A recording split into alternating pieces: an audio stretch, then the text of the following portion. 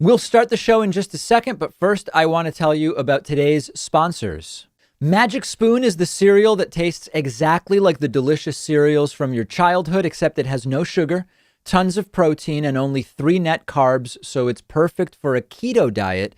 To get free shipping, go to magicspoon.com/Pakman and use the code Pakman. Nebbia is a revolutionary showerhead that saves you money by using 45% less water, but with a stream of water that's way more powerful than what you get with other showerheads. To get 15% off, go to nebbia.com/Pakman and use the code Pakman. Blinkist is the app that helps you become a more well-rounded person by letting you read or listen to an entire nonfiction book in just 15 minutes. You can try it for free and get 25% off a subscription by going to Blinkist.com/David Pakman. Well, Donald Trump threatened to do it. It was sort of confusing why he was threatening to do it, but he did it. Donald Trump has vetoed the second coronavirus relief package that got through the House and Senate. And now there are immediately a number of important things here. And let me get to what for many people is the most pressing and important question. Does this mean that if you were expecting a $600 check, if you make up to $75,000 a year, that you will not be getting your $600? And the answer is we can't say that yet, because this may be the first time that during Donald Trump's presidency, the House and Senate are going to override Donald Trump's veto. Remember that if a president vetoes a bill passed by the House and Senate can override that with a 2/3 vote in the House and a 2/3 vote in the Senate. And that may well happen. Reports are that the House will vote on Monday. And if the House votes to override, the Senate will reconvene on Tuesday to vote as well. Now, the explanation for why Trump vetoed this bill is actually sort of incoherent. Donald Trump, with his veto notice, saying, quote, "My administration has taken strong actions to help keep our nation safe and support our service members. I will not approve this bill, which would put the interests of the Washington, D.C. establishment over those of the American people." Now, what Trump seems to be referring to here is what he mentioned on Tuesday in that very strange speech he gave, where he listed countries and other environmental and other causes that were receiving money. But they were actually receiving the money from the spending bill, not the COVID bill, but they were passed together. Reminder of that from Donald Trump's Tuesday video. This bill contains $85.5 million for assistance to Cambodia, $134 million to Burma, $1.3 billion for Egypt and the Egyptian military, which will go out and buy almost exclusively Russian military equipment. $25 million for democracy and gender programs in Pakistan. $505 million to Belize, Costa Rica, El Salvador, Guatemala, Honduras, Nicaragua, and Panama. $40 million for the Kennedy Center in Washington, D.C., which is not even open for business. $1 billion for the Smithsonian, and an additional $154 million for the National Gallery of Art. Likewise, these facilities are essentially not open. $7 million for reef fish management, $25 million to combat Asian carp, $2.5 million to count the number of amberjack fish in the Gulf of Mexico, a provision to promote the breeding of fish in federal hatcheries, $3 million in poultry production technology, $2 million to research the impact of down trees, $566 million for construction projects at the FBI. So there are about 3 to 4 ways in which this is incoherent. First of all, the money Trump is talking about is in the spending bill to keep government open, which was passed alongside the COVID bill as an omnibus bill. So it is true that these things were voted on together. It is not true that the COVID bill includes the things that Donald Trump is mentioning. But then adding as a next layer to this incoherence, the spending bill, which Trump is referencing, contains basically the same or less money than what Trump asked for in his own budget just some months ago. Trump asked for the money in the spending bill that he now vetoed, which is not actually part of the COVID bill. They were simply put together for a vote, which I'm against doing, to be clear. Trump also said $600 isn't enough, and he wants $2,000 during that Tuesday speech. Congress found plenty of money for foreign countries, lobbyists, and special interests, while sending the bare minimum to the American people who need it. It wasn't their fault. It was China's fault, not their fault. I am asking Congress to amend this bill and increase the ridiculously low $600 to $2,000 or $4,000 for a couple. I'm also asking Congress to immediately get rid of the wasteful and unnecessary items from this legislation. So once again, I agree with Trump, but many Democrats have been talking about $2,000 since May, and it's been Trump's Republican Party that's been against more money. Now Trump says he wants more. Well, it would have been nice for him to push for that and lobby for that in May when some Democrats wanted it, but Republicans by and large don't want more money. It's just up and down erratic one way or the other. And then, of course, deep down, there may be other reasons not being mentioned for Donald Trump's veto. One is that the spending bill doesn't eliminate Section 230. Trump has been obsessed with this. Section 230 says that if people post things that are legally problematic to Twitter, the people are responsible or liable, not Twitter. If people do the same thing with YouTube or Facebook, it's the users, not the platform, responsible. Trump believes that if you get rid of Section 230 and make the platforms legally responsible, lots of anti-Trump stuff would be taken down. Trump's just wrong about that. He just misunderstands. And then Trump also is essentially defunding the troops in vetoing this bill, while he claims to be the biggest supporter who has funded them more than anybody else ever has. And then lastly, it also appears Trump didn't like some of the anti-money laundering provisions that are in the spending bill, not the COVID bill. And we recently learned that Jared Kushner has been running a shell company to siphon campaign donations off and pay salaries to Trump's own family members and friends. So there's incoherence. There's likely a self-serving aspect. There's really a little bit of everything here. In the end, the mediocre bill will probably pass, as the House and Senate is expected to override Trump's veto next week. Again, if all goes as it is expected to go. The Trump crony pardon list is growing quickly.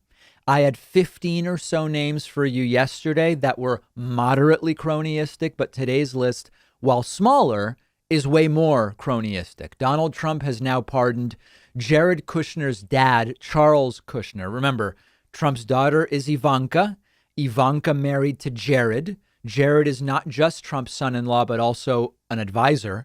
And Jared's dad, Charles Kushner, was previously convicted for hiding personal political contributions through organizations, for tax evasion, and for witness tampering. It's quite a slate of crimes, and the witness tampering charge is wild. Jared Kushner's dad, Charles Kushner, hired a prostitute that he knew. What it means that he knew her, it's not clear. He knew a prostitute, hired her to seduce his own brother-in-law, set up a recording system for the whole thing, and then sent the tape to his sister. He was ultimately sentenced for 2 years, served 14 months, then went to a halfway house and was disbarred. Big fiasco. So Trump pardoned him, essentially a family member by marriage. Trump also pardoned Paul Manafort and Roger Stone, both convicted in the Trump-Russia investigation. Both, quote, stayed loyal, as they say, didn't give up any info on Trump. So they got pardoned specifically after helping to keep Donald Trump out of harm's way, exactly as we thought they would when Stone and Manafort got pulled into the investigation years ago. And then less prominently, Trump added pardons for 23 other people yesterday and 3 sentence commutations as well. So are we surprised that Donald Trump is pardoning friends and cronies? No, of course not. Is there a bigger question about presidential pardons that goes beyond Trump? No doubt about it. But the way that Donald Trump is using his pardon power is so cronyistic that even some Republicans are saying this is not good. Republican Senator Ben Sasse from Nebraska said, quote, "This is rotten to the core." Now, to everybody saying to me on Twitter and elsewhere that, hold on a second, Obama also pardoned people. Yes, Obama pardoned many people, But there's a key difference, which is that so far, the majority of Trump's pardons are either people directly connected to him or whose crimes were connected to helping him. That's not the same as Obama. There's a debate about pardons to be had. Let's not pretend that what Donald Trump has done with pardons is the same as what Barack Obama did. Of the 65 pardons and commutations that Trump had granted before yesterday, 60 went to people either with a personal tie to Donald Trump or whose crimes specifically helped Trump's political goals or helped to protect Donald Trump. So that's different. Now, Trump and other Trump loyalists have insisted the president's pardon power is absolute. And in a general sense, that's absolutely true. The pardon power is absolute. But remember that Trump dangled a pardon for Paul Manafort during Manafort's prosecution. That's part of the obstruction that Robert Mueller was looking at, among other instances. Recall that during Paul Manafort's trial, Trump publicly praised Manafort, didn't rule out a pardon, even as the trial was ongoing, and then said Manafort was brave for refusing to break and that flipping almost ought to be outlawed. And then, of course, bigger picture, the other tragedy with this is that there are really at least thousands of people, maybe tens of thousands, I don't know, not Trump's cronies, but just regular people mistreated by the justice system who could really benefit from pardons. And Trump is throwing in a few pardons for people serving long jail sentences for drug charges, for example. But it's really symbolic and meaningless systemically and structurally. And if Trump really wanted to do something good with this pardon power, look at the hundreds or even thousands of people bullied unfairly by the justice system, convicted for drug crimes, which have now ruined their employment prospects, who could really benefit from a pardon. So always with Trump, it's not just the cronyistic stuff and the nepotism, but there's almost always a missed opportunity to actually use his power for good. Expect even more pardons. We're still waiting to see whether the preemptive pardons happen for his family, for Rudy Giuliani and others. That may not be until January, if it does happen. On January 1st, huge membership special to kick off the year. If you've been thinking of getting a membership, get on my newsletter at davidpakman.com. You will get a perfect email on the 1st telling you how to sign up. The David Pakman Show at davidpakman.com.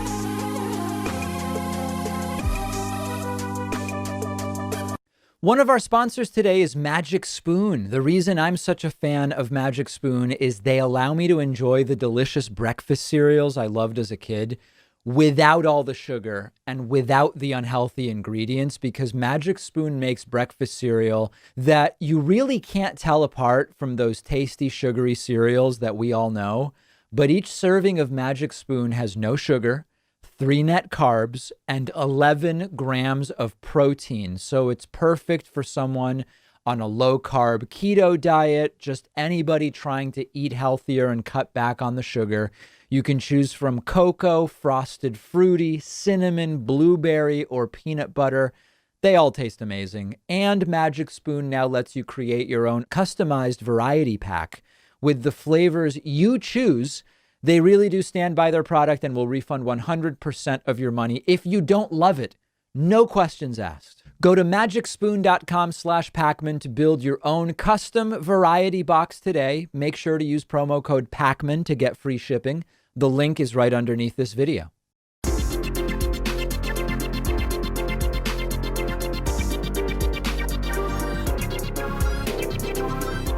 The David Pakman Show at davidpakman.com. So as we're going to talk about a little bit later today, Donald Trump left Washington, D.C. yesterday after vetoing the second coronavirus relief bill and appears to be turning on absolutely everyone around him, including Vice President Mike Pence. And things are going to get interesting for these last few weeks. Based on a report from Axios' Jonathan Swan, it appears that the reason Trump is turning on everybody is fury and rage that others are not indulging Trump's conspiracy theories about the election. nor his absolutely hopeless and absurd ideas for how to overturn the results.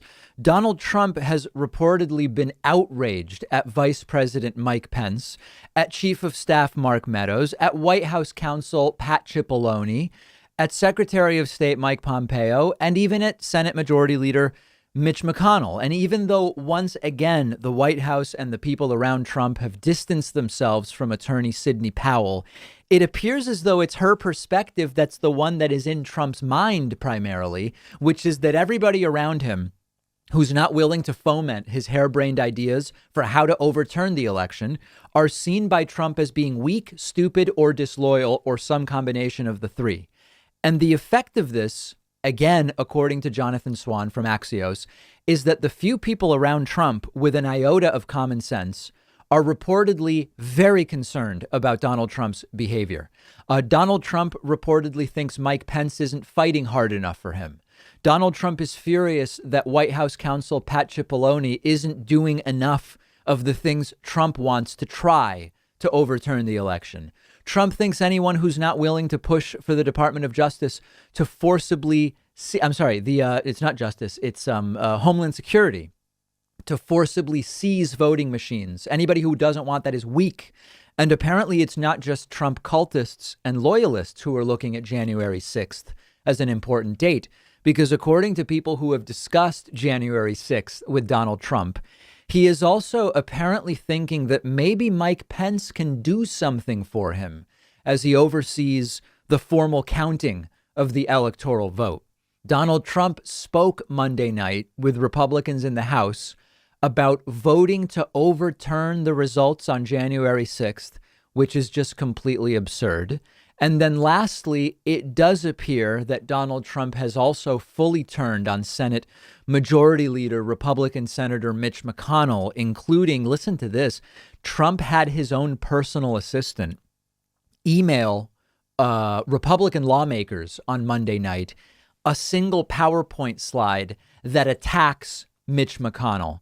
So there's every indication that the last couple of weeks of this administration, after we get back from the New Year's break, are going to be completely and utterly insane.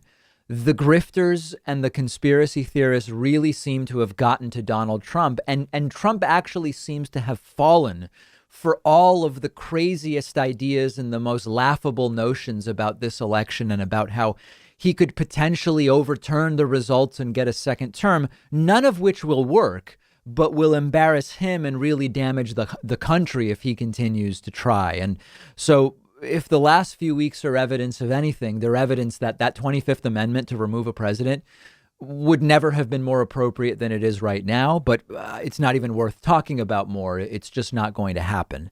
The themes here are Trump can never accept responsibility. He can never accept losing. Everything is always somebody else's fault. He can never accept that his actions have consequences. He sees the consequences, but he doesn't connect them to his past actions. He blames other people. And by the time we get back early in 2021, there's sort of two paths here. Donald Trump will either have continued escalating from this to something even more outrageous, or he won't come back to the White House at all after his Christmas trip to Florida, and he'll just sort of evaporate. The way he's been behaving the last 48 hours makes me think he's not going to go quietly, but all we can do is wait and see. But Republicans are increasingly worried about his behavior, and I want to talk about that next. Donald Trump dropped an absolutely massive chaos bomb, just massive dumps of chaos before leaving Washington, D.C. for his Florida resort yesterday. We already discussed that Trump vetoed the second coronavirus relief package. Trump tweeted threats to Iran. And Trump continues to make completely baseless claims about supposed voter fraud. And now Republicans in the House and Senate are apparently trying to figure out how to deal with what they are increasingly describing as an unhinged Trump. And of course, with all of these stories, we have to understand the backstory, but we also need to understand that although it may sound as if these Republicans now accurately are describing what's going on with Trump, they've been the primary enablers of Trump for a very long time. And Trump has been unhinged and continues being unhinged. So the Republicans now saying, whoa, Trump's acting a little bit crazy. They deserve none of our sympathy and they deserve much of the blame. Now, I already told you in the earlier segment that Donald Trump's behavior with regard to trying to overturn the election has put him at odds with his own vice president, Mike Pence, his own secretary of state, his own White House counsel, and many other people. Now we're hearing from many sources that aides around Donald Trump at the White House are increasingly disturbed by his anti-democratic behavior.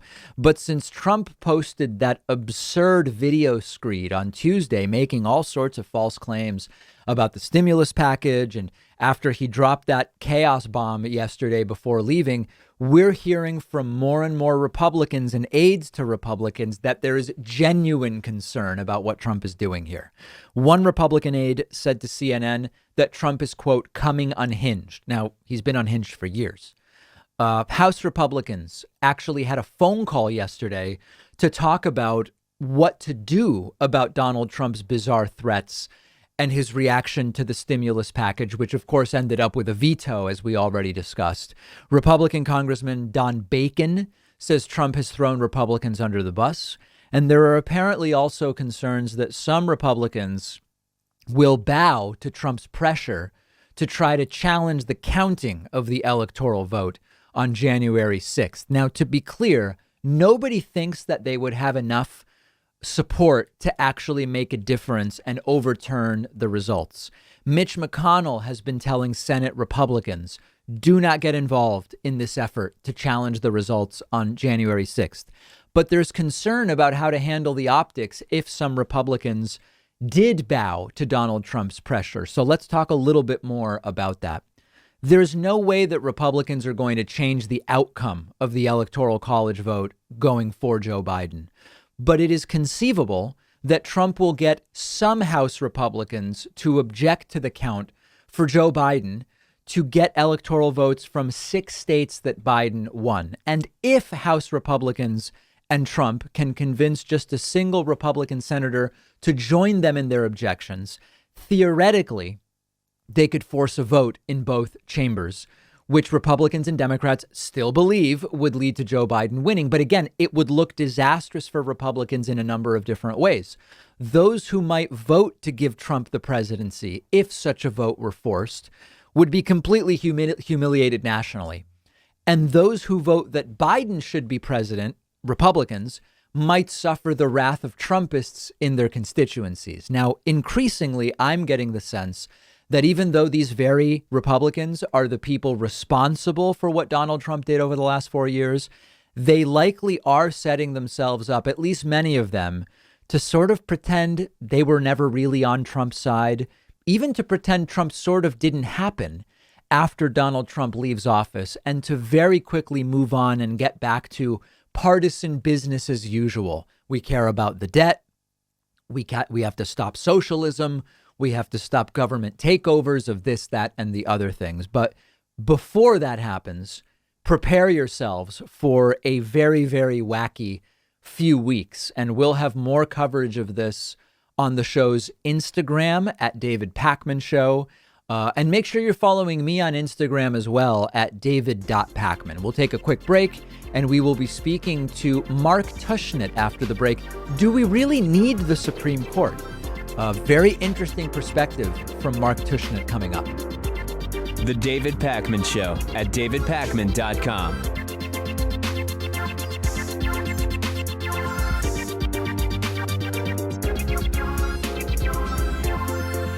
One of our sponsors today is Nebbia, the creator of the world's most innovative shower head. It uses only about half the water that other shower heads do, saving you money, helping the environment. But it's actually a lot more powerful than other shower heads on the market. It has twice the coverage of other shower heads. The water sprays with a ton of pressure. I've been using it in my bathroom at home. I love it. Only took a few minutes to set up, really easy. And it's been a totally different experience than any other shower head I've used. I can get in and out of the shower way quicker now because of how powerful it is. It only takes a few seconds to get completely rinsed off.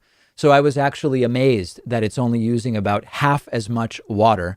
Nebbia also offers a number of shower accessories like shelves and curtains, which match perfectly with the design of the shower head. The shower head starts at just $199, but the first 100 people to go to Nebbia.com/Pakman and use code Pakman will get 15% off all Nebbia products.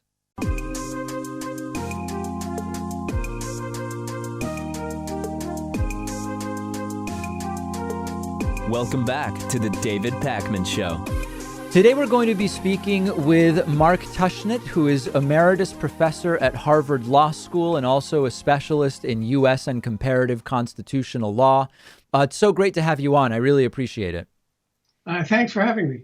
So I guess to get into this conversation, there's been significant debate over the last few months since the passing of Supreme Court Justice Ruth Bader Ginsburg about the correct number of Supreme Court justices and questions like whether there should, for example, be term limits for Supreme Court justices. But there's another approach, and that's one of questioning whether we really even need or should have a Supreme Court. So, I mean, let's just start there. What do you believe the purpose of the Supreme Court was originally, and does it still fulfill that purpose?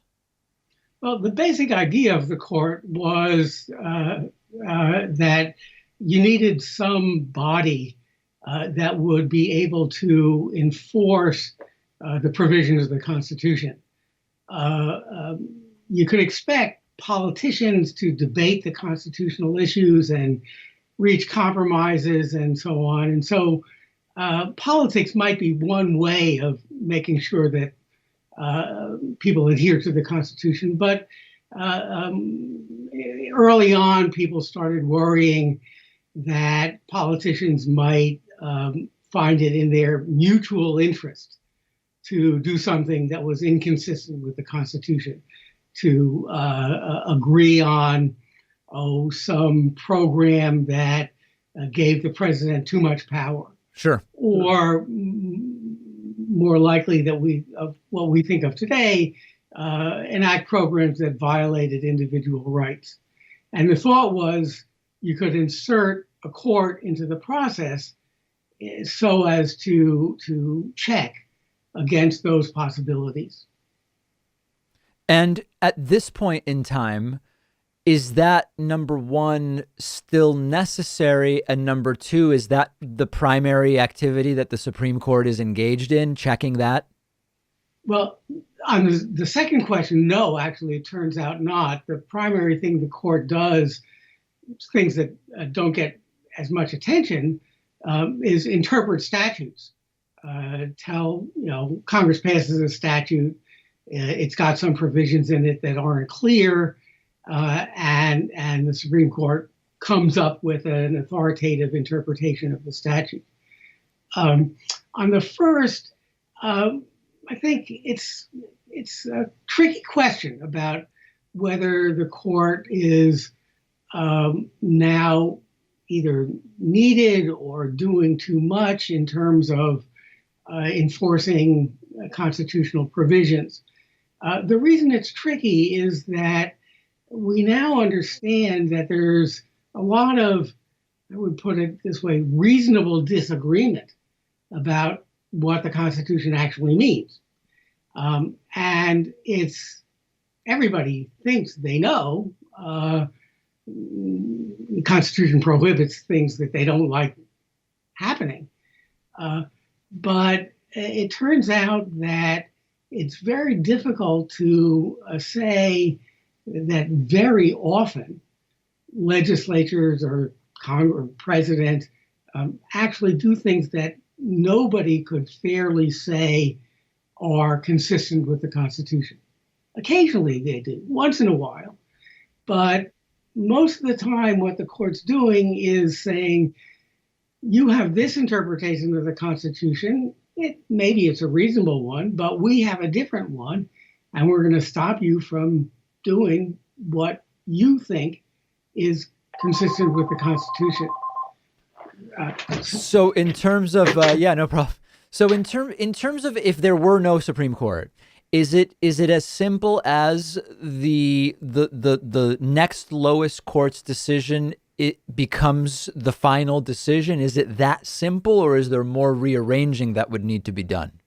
Well, you'd probably want to do more rearranging. I mean, if you just took the court out of the process entirely, then you'd end up with the possibility of a court in California saying something's constitutionally okay, and a court in Massachusetts saying it's not okay. Yeah. That's not impossible. I mean, you can live with a world like that, but it's sort of awkward. We think it's our Constitution. So you probably, if you take the court out of the process, you probably want to take the lower courts out of it as well. And how would you do that? Would you establish some kind of well, I mean, I won't even pretend to know how you would do it. How would it be done? What would be the way that you would rearrange that process?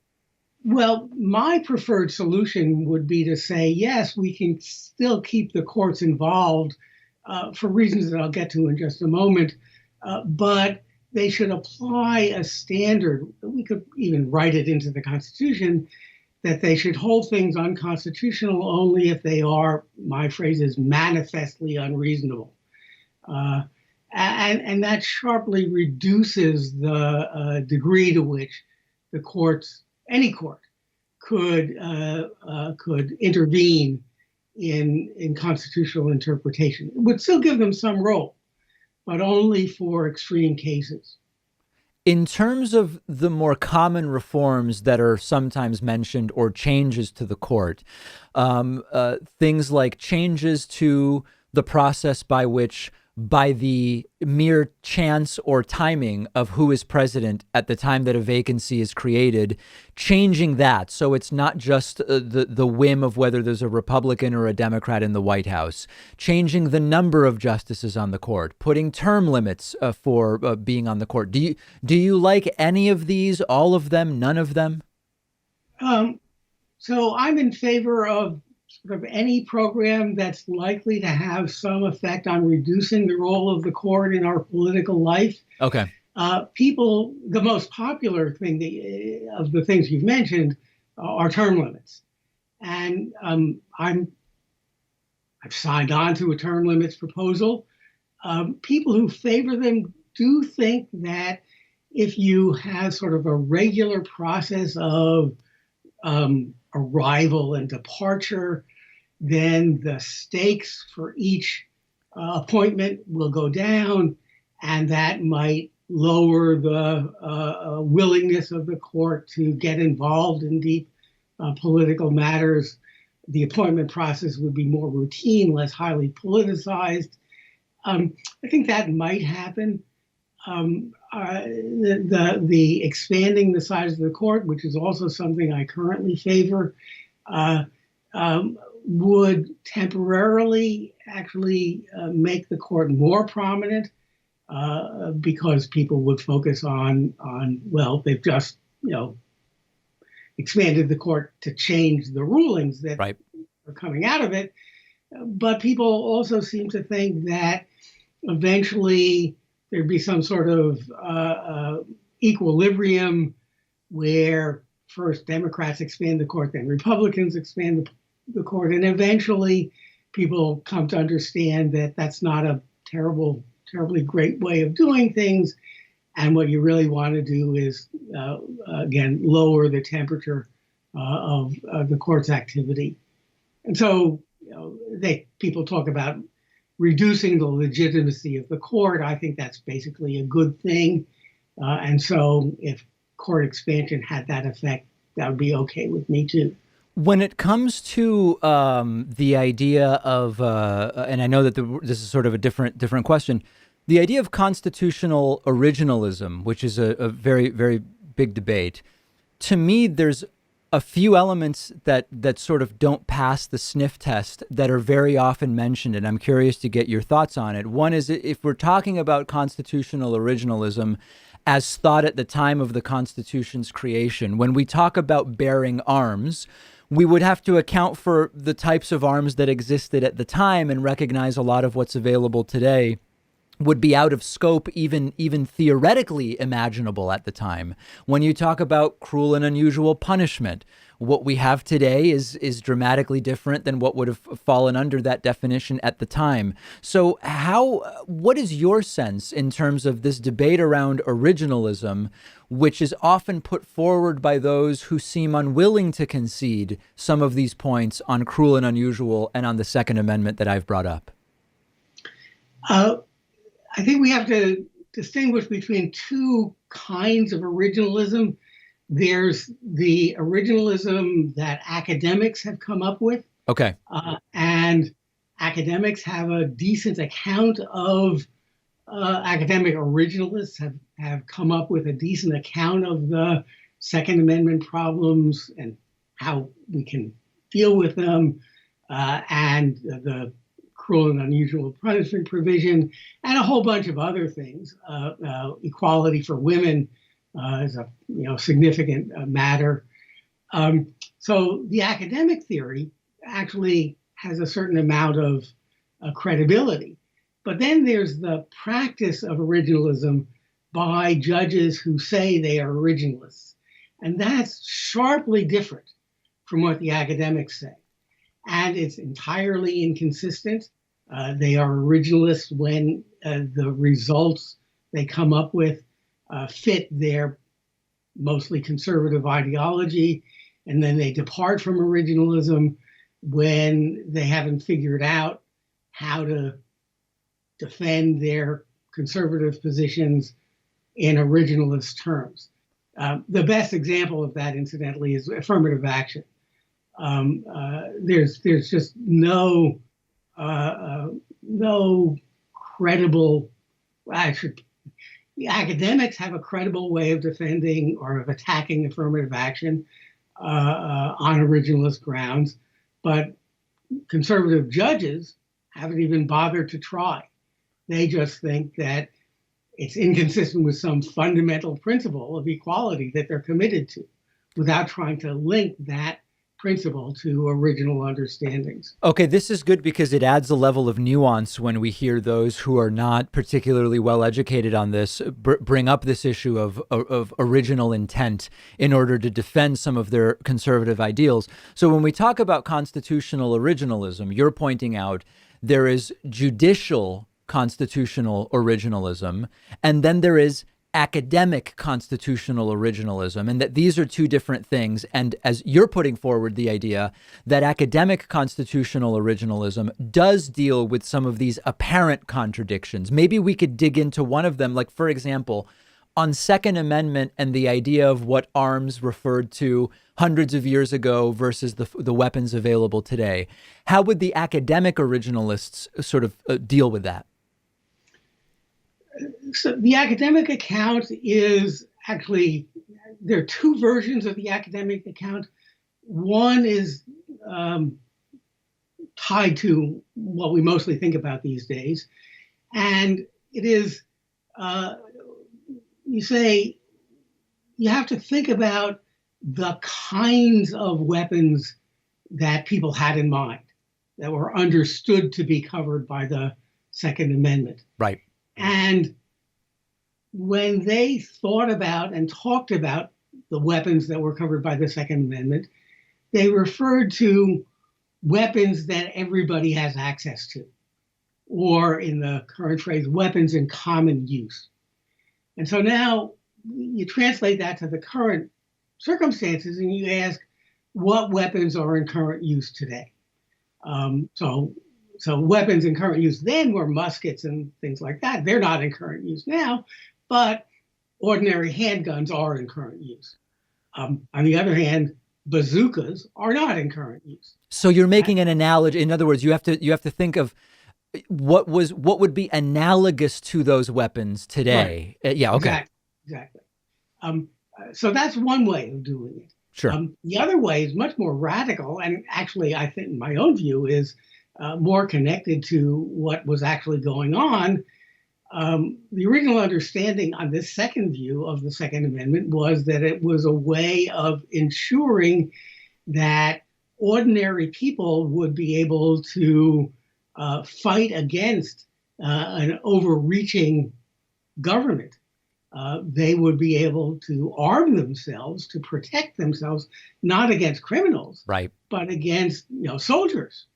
And given what the military has today, that would imply a very, very high, a loose standard for what it would Right, mean for. exactly, and no contemporary defender of the Second Amendment, except people associated with these Michigan militia types, want to go there.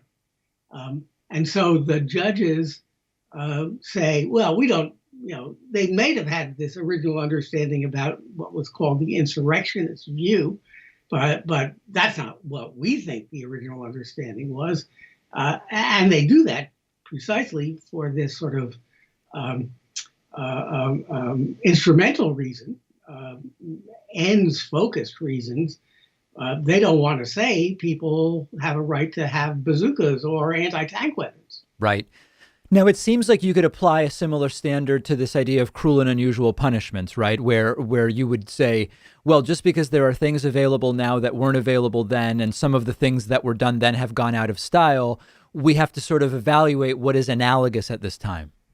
Right. And here, in fact, again, the academic position is, yeah, that's right. And it might be that, in particular, capital punishment or life imprisonment without parole for juveniles, those might be inconsistent with the fundamental ideas that were understood to be written into the cruel and unusual punishments clause. And again, what judicial originalists do is they abandon the originalism and they say, well, look, the text says capital crimes. So whatever they thought cruel and unusual punishment meant, they also thought capital punishment was constitutionally permissible. And so again, you see this inconsistency between the practice of conservative judges who want to uphold capital punishment and originalism as it might be coherently worked out. Absolutely fascinating. I think the big takeaway is no matter what you call your philosophy, there is still debate to be had in figuring out exactly how we define it and different versions of it. That's right. I mean, I think again, I'm an academic. The academic view of these debates is that with relatively minor exceptions, whatever your theoretical position is, you're going to be able to fit your current political views into it. And that means that the theoretical stuff really isn't doing any serious work. What's going on is you're a liberal or you're conservative, and that's how you rule. Yes, very well described by behavioral economists, in fact, like Daniel Kahneman and others who have talked a lot about that type of motivated reasoning, which clearly exists within the issue of constitutional scholarship as well. We've been speaking with Mark Tushnet, Emeritus Professor at Harvard Law School. Professor, it's been such a pleasure speaking with you. I so appreciate your time. I enjoyed it and appreciate being on. The David Pakman Show at davidpakman.com.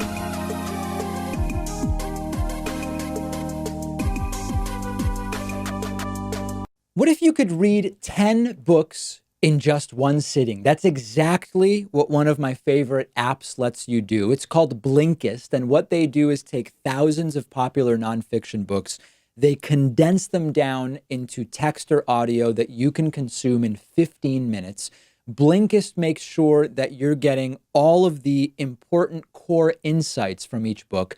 So it's perfect for exploring a book you otherwise wouldn't have time for. If there's a full book you're thinking about buying, you can use Blinkist to get a sample first. Just think how much you can enrich yourself by being able to soak up an entire nonfiction book in just 15 minutes. I recently read A Brief History of Time, of course, by the great Stephen Hawking. This is a book that I have been aware of for so long, and other things got in the way. and it was fantastic to check it out on Blinkist. Blinkist has books on politics, philosophy, science. They have 27 different nonfiction categories, and a subscription is only about $8 a month, and you get the entire library. But you can try it totally free and get 25% off a subscription when you go to Blinkist.com/David Pakman. I've put the link right underneath this video. The David Pakman Show at davidpakman.com. 2020 has really been a comedy of errors for Fox News host Maria Bartiromo, but yesterday something truly magical happened. She interviewed the supposed CEO of a pork producer and processor. The CEO supposedly named Dennis Organ from Smithfield Foods. And it turns out that she wasn't really interviewing Dennis Organ, but instead it was an animal rights activist named Matt Johnson from the organization Direct Action Everywhere. And this is amazing to watch. And it's kind of like the cherry on top in these last few days of 2020 of what has been a completely humiliating year for Maria Bartiromo, brown-nosing Donald Trump endlessly, claiming without evidence or vetting last week that a so-called intel source assured her Trump really did win the 2020 election, doing pathetic softball interview after softball interview with Donald Trump. So anyway, let's get to this interview, supposedly with pork CEO Dennis Organ, actually an activist named Matt Johnson. The topic is vaccines for food workers. Another group pushing to get the vaccine early, food workers. Plants across the U.S. saw major outbreaks early in the pandemic. Joining me right now is the CEO of Smithfield Foods, Dennis Organ. Dennis, it's great to have you this morning. Thanks very much for joining us. Can you tell us where you are in terms of that rash of coronavirus cases that hit your South Dakota operation? Well, Merry Christmas, Maria. Thank you so much for having me on. I mean, it's certainly been a challenging time, and we have our workers that are in desperate need of these vaccinations. And as you mentioned, we're heartened to hear that the CDC is prioritizing America's food workers with the second round of vaccinations. It's 30 million vaccine doses that are going out to essential frontline employees out of the 87 million total. And of course, this pandemic has been simply devastating for our industry, thousands of our really courageous food workers. And I really do want to emphasize the heroic efforts of these folks. They've been getting sick for, really just trying to provide for their families. And as far as Smithfield, what we've done for our employees, we've provided them with extensive personal protective equipment and offered additional paid leave for sick employees. But the steps have unfortunately been insufficient in many instances. These folks have been through a lot. Frankly, we might bear some responsibility for that, but we know that our Smithfield family is dedicated. So it starts pretty buttoned up, but then he starts with, we probably bear some responsibility for food workers catching COVID. And it starts to slowly get wackier, and it's not clear Maria Bartiromo realizes it right away. And resilient, and the better times are ahead. And if I may add quickly, as the new CEO and president of Smithfield, I'm personally promised that we're going to do better. And the first change under my leadership is transparency and at times brutal honesty. And the truth is that our industry, in addition to the outbreaks that are happening at our plants, our industry poses a serious threat in effectively bringing on the next pandemic with CDC data showing that 3 or 4 infectious diseases come from animals, and the conditions inside of our farms can sometimes be petri dishes for new diseases. Hog farming also causes immense harm to our air and waterways. So now he goes into bullet points about how terrible animal agriculture is and how it contributes to pollution and to carbon emissions. And it's obviously not what a pork CEO would ever say. And I can't tell, but maybe Maria's starting to think something is up here. And there's more. And Maria seems so eager to talk about how Smithfield Farms was bought by a Chinese conglomerate that she almost seems not to notice. But then Matt Johnson starts bringing up more animal-borne diseases, and it starts to become almost satirical. And then he starts talking about a $500 million donation. Take a listen.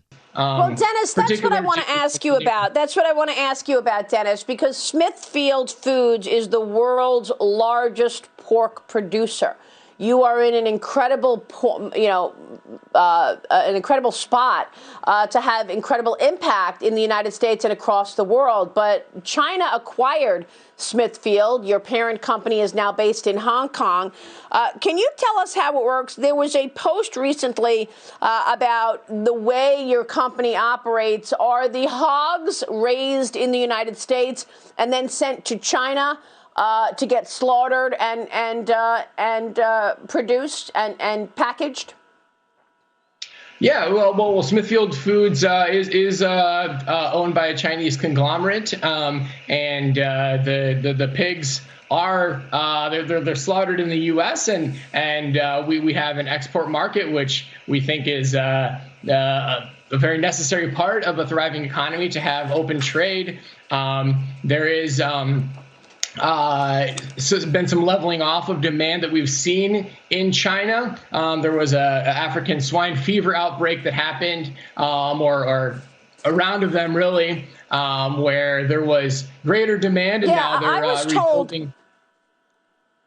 Dennis, I was told that in China, there was this African swine flu that affected so many pigs that there were 1 million pigs in the river dead. They didn't know where to get rid of the pigs that were dead. And then other sources were saying, well, you can't get sick even if the pig was had African swine flu if the pig was dead. So they cut up the meat as well. How are Americans going to believe that the meat is safe if they're going to China to get slaughtered and packaged? What kind of processing securities do you have in place to assure Americans that their pork is safe, Dennis?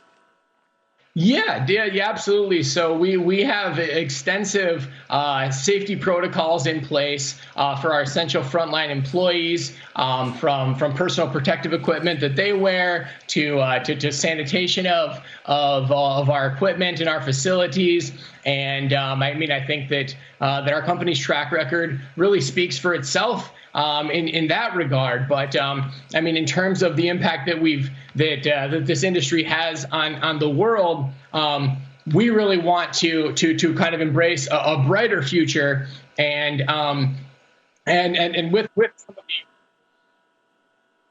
with some of the impacts that our industry is having, we're actually pledging now $500 million a year starting in 2021 to mitigate some of these impacts, because what's happening in China and what's happening elsewhere, there's a lot of concerns. A lot of people are worried about. Hilariously, Maria Bartiromo almost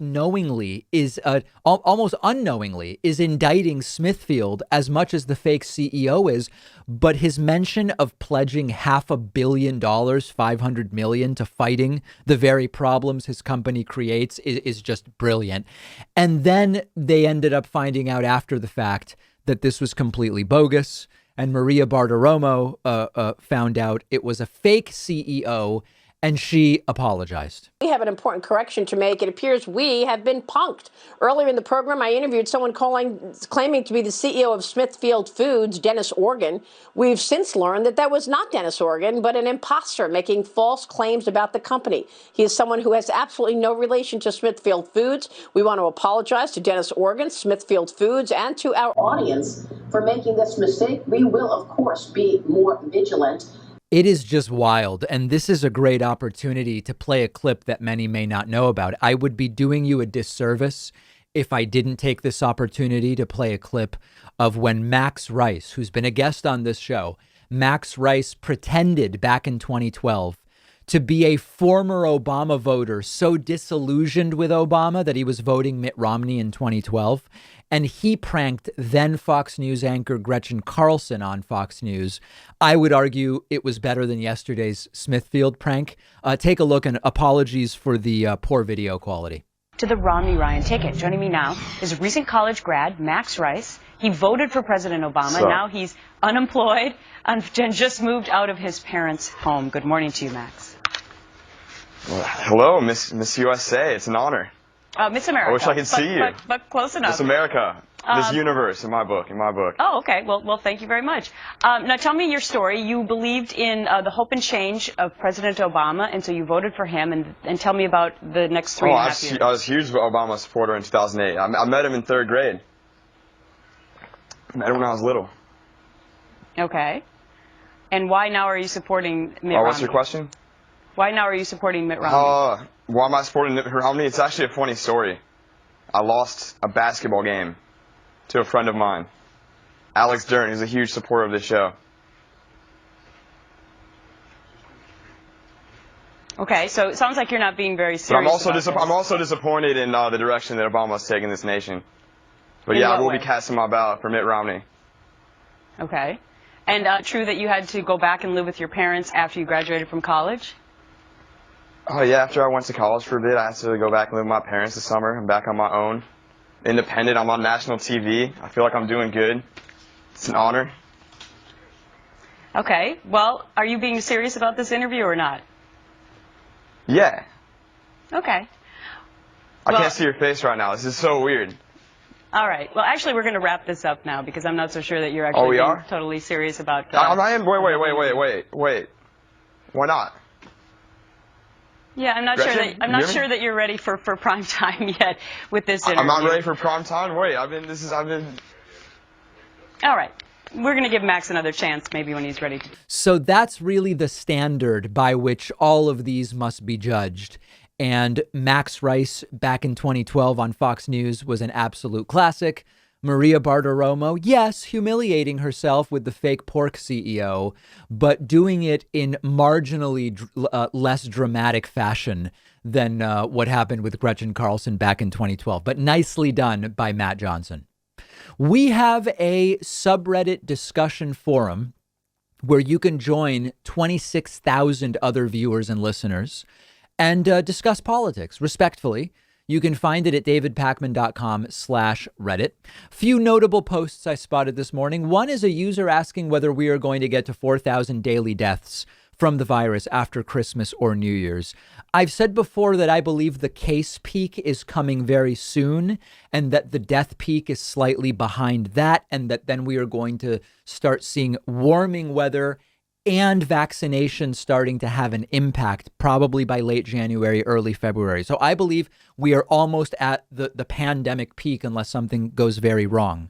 I hope we don't get to 4,000 daily deaths. We are regularly seeing 3,300, 3,400 now, more than a 9/11's worth of deaths every day. It's conceivable we will get to 4,000. I'm hopeful that we will not. Because that would be an absolutely a tragic milestone, but it's not inconceivable. Another user reminding us that New York has enacted automatic voter registration. This is a topic we've been discussing for a very long time.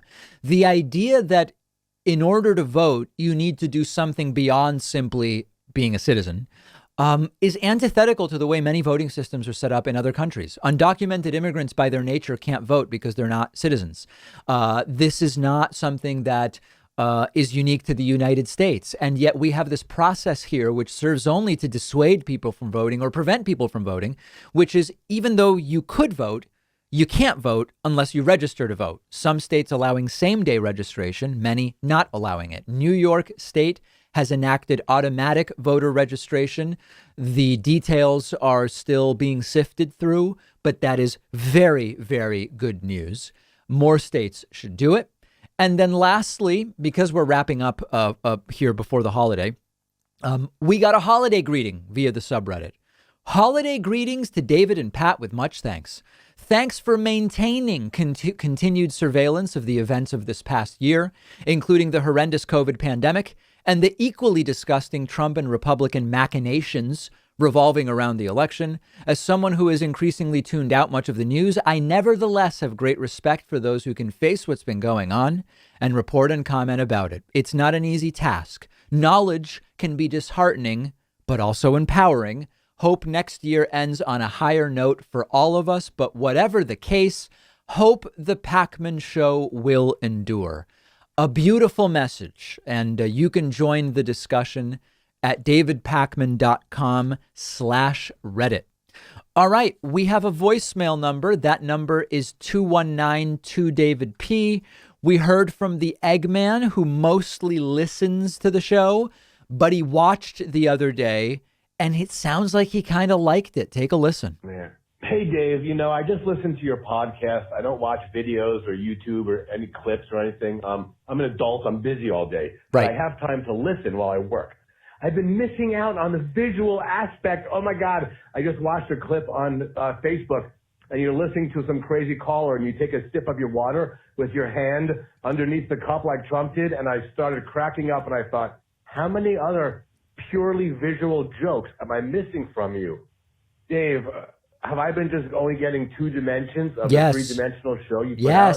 Oh, man, I've been missing out. Shalom, brother, and, have a really good time off. Good holiday season. Yep. Yeah, there are many visual elements that you were missing if you were only listening to the show. But I understand lots of people prefer just to listen, and that's absolutely fine. We have the audio podcast for that reason. On the bonus show today, the U.S. government has figured out how to get 100 million more vaccine doses from Pfizer. We will discuss it. New York is leading the nation in population decline, and they may lose 2 House seats as a result.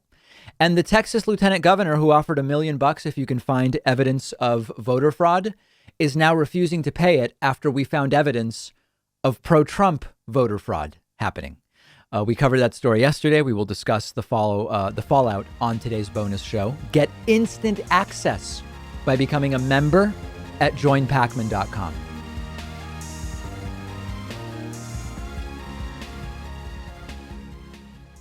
Thanks a lot for watching today's show. I just want to take a second to tell you about today's sponsors. Magic Spoon is the cereal that tastes exactly like the delicious cereals from your childhood, except it has no sugar, tons of protein, and only 3 net carbs, so it's perfect for a keto diet.